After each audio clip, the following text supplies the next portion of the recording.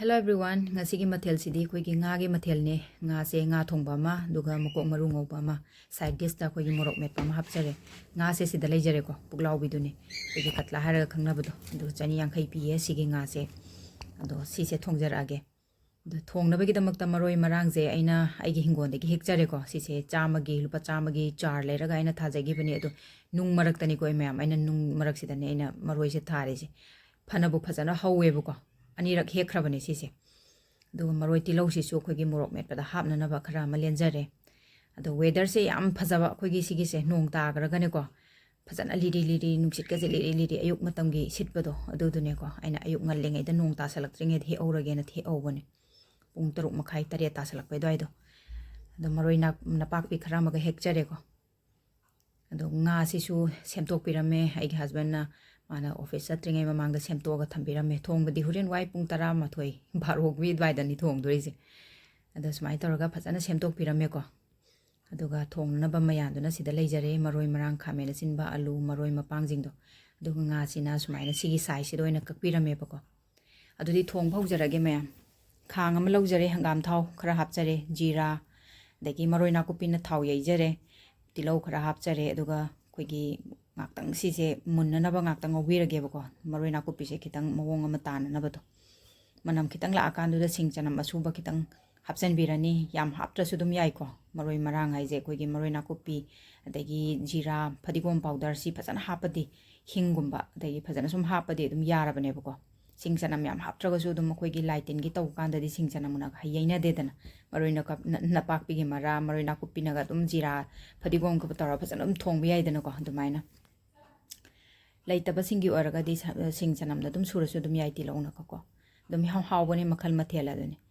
ado thau yei basi da u morok to kitang hapjan ja hore ko manam yam nungsi bane aduga nga jing je hapirani phajana tamna tamna otpirani sise toidana bado toidana thonga ka doini ko mayam mahi se ko yam hauna thonga ke aduga makok tu de ina hapjadri ko makok tu de ina ko na tonga na hapaka doini makok tu de ina phutlaga ne khogi thumne kano do turmeric machu do adu hapaga phuttoine cooker da aduga hapaka doine aduga sigi mahi sina khogi thum machu morok masala hing adagi leidana garam masala gumba do adugumba do hapchalaga isinga chaba torga thitpane adu haijan biraga phajana lon birane basi se hana mahi hauhan ge taraga di ko sidai sida khogi thum morok machu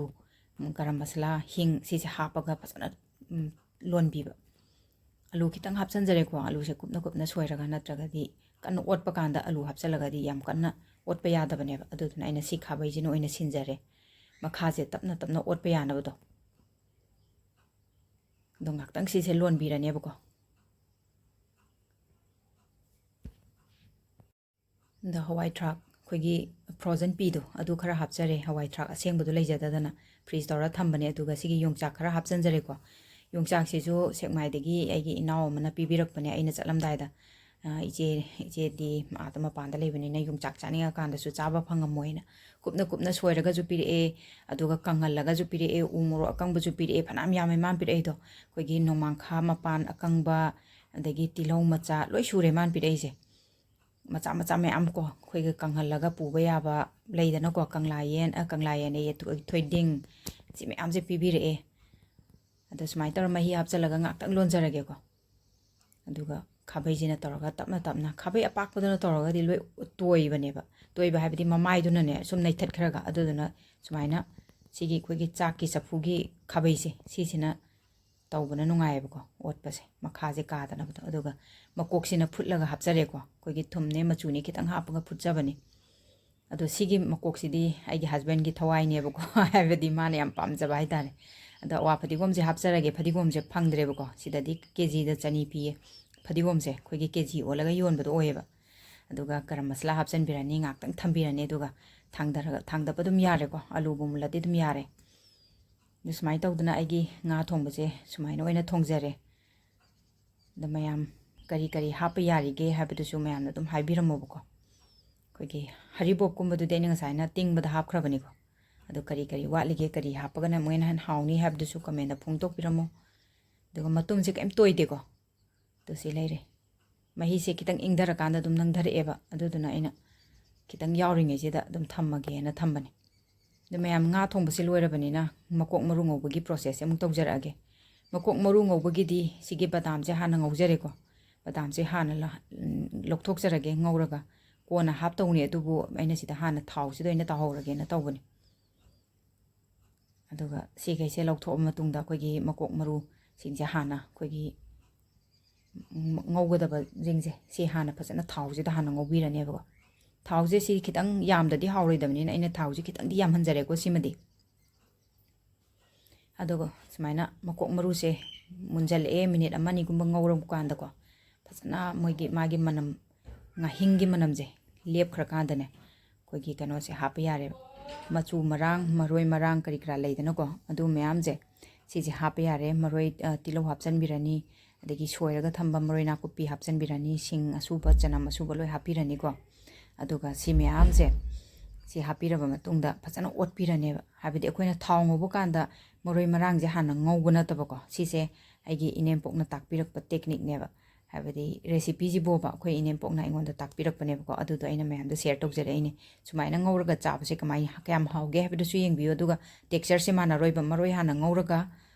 makok maru ngaubasiga mana dabanebako do ngakta ngauraba matungda machu marang khogi phadigom asuba jira asuba keke loi hapchen birani thum hapchen birani machu hapchen birani morok hapchen birani aduga khogi alu kitang hapchen birani ko alu se kup kupna soiba aduga mangan lerga di mangan akemba adu su dum hap yabane bako do mangan jaina tinghodre de hing khra hapchen birani do phajan ngawirane basi hana khogi alu je munjal e hai kan do dani huren badam gumba maroi mapang kai kai hapchen doise desmai toraga ngakta ngawirane bako ado nga smaina makok maru ngawbagi dine khogi thau je da hana masaje khogi makok maru jing je hana ngawthok biyo hai aduga maroi nakopi sing je hapchen birani aduga khogi badam do adu su hapchen birani ngasai ngawraga thamoba badam jing do adu phasana okhai birani ko aduga alu mulaga di adum sidai sida koina adum lawdaba dum yare ko loisan badum yare ba adu thau se khitang di yam khre mayam adugu mayam na sembiba matamda thau se khitang hantabiro aigi sidi aina makok maru yam gadra haidana aina maru ngawbada ko thau se yam draga di huren nga hing namne na aina tawjabane adu mayam adum kaishu kaide ko sidi texture se adum phajai ko yam kana kano tawbana te huren mahi se maningda yahobdu lokthokra loireba adu kaishu yam badi nate dum makok maru ngawba sidi koigi kem laudраga di haukte dana adu dogini aduna semba loirabani na chagluk semjarage me nga thongba leijare makok maru ngawba leijare sida duga morok metpa simasu koina nga hapaga u morok ka taro phasana mechabani ko duga kotna naba kolamni khara ma leijare do mayam chagluk amadi injang mathel singse kamaina tawbige habidu su mayam na comment da phongdok piramo aduga like amamtang nambiramo mathangda anoba mathel mong puraga lakjage subscribe tawsu kawbiram gano thank you